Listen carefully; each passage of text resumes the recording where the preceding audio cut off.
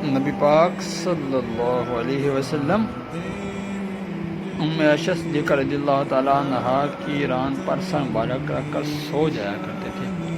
نبی پاک صلی اللہ علیہ وسلم گھر کے کام کاج میں اپنی بیویوں کا ہاتھ بٹاتے تھے۔ نبی پاک صلی اللہ علیہ وسلم اپنی بیویوں کی کڑوی کسیلی باتیں اور طرز عمل خندہ پیشانی سے برداشت کرتے تھے۔ نبی پاک صلی اللہ علیہ وسلم امی عائشہ رضی اللہ تعالیٰ عنہا کو پیار سے عائش سے پکارتے تھے۔ نبی پاک صلی اللہ علیہ وسلم اپنی بیویوں کی بیماری میں بیمار پرسی کرتے تھے۔ ایک مرتبہ ایک سفر میں آپ صلی اللہ علیہ وسلم کی بیویاں بھی آپ کے ہمراہ تھیں۔ حدی خواں اونٹوں کو تیز تیز ہانکنے لگا تو آپ نے حکم دیا آہستہ چلو، آپ گینے شیشے ٹوٹنے نہ پائیں۔ گویا آپ نے عورتوں کی نرمی کے لیے اب گینے کا استعمال کیا۔ نبی پاک صلی اللہ علیہ وسلم جب تشریف لاتے تو سب سے پہلے مسواک کرتے تاکہ بیویوں کے لیے باعث طہارت ہو۔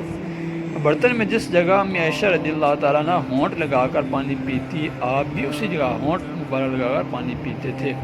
ایک مرتبہ عید کے دن نبی پاک نے اپنی زوجہ عائشہ صدیقہ رضی اللہ تعالیٰ عنہ کا دل بہلانے کے لیے اپنے جسم مبارک کے پردہ کی اونٹ سے حبشیوں کی کرتب تیزہ بازی دکھائے۔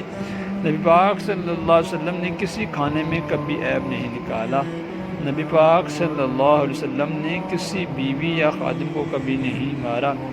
نبی پاک صلی اللہ علیہ وسلم امی خدیجہ رضی اللہ تعالیٰ عنہا کی وفات کے بعد بھی ان کی بزرگ سہیلیوں سے حسن سلوک فرماتے تھے، ان کو تحائف بھجواتے تھے۔ نبی پاک صلی اللہ علیہ وسلم نے تفنن طبع کے لیے زندگی میں 2 مرتبہ حضرت عائشہ صدیقہ رضی اللہ تعالیٰ عنہا سے دوڑ لگائی۔ پہلی مرتبہ حضرت عائشہ جیت کی، دوسری مرتبہ حضور صلی اللہ علیہ وسلم جیت کے۔ جب آپ جیت گئے تو آپ نے فرمایا عائشہ حساب برابر ہو گیا۔ جب نبی پاک صلی اللہ علیہ وسلم دنیا سے تشریف لے جا رہے تھے اس وقت آپ کا سر مبارک حضرت عائشہ صدیقہ کی گود میں تھا۔ نبی پاک صلی اللہ علیہ وسلم نے فرمایا کہ بیوی بچوں پر خرچ کرنا بھی باعث ثواب ہے، بیوی کے منہ میں کھانے کا لقمہ ڈالنا بھی باعث ثواب ہے۔ نبی پاک صلی اللہ علیہ وسلم اس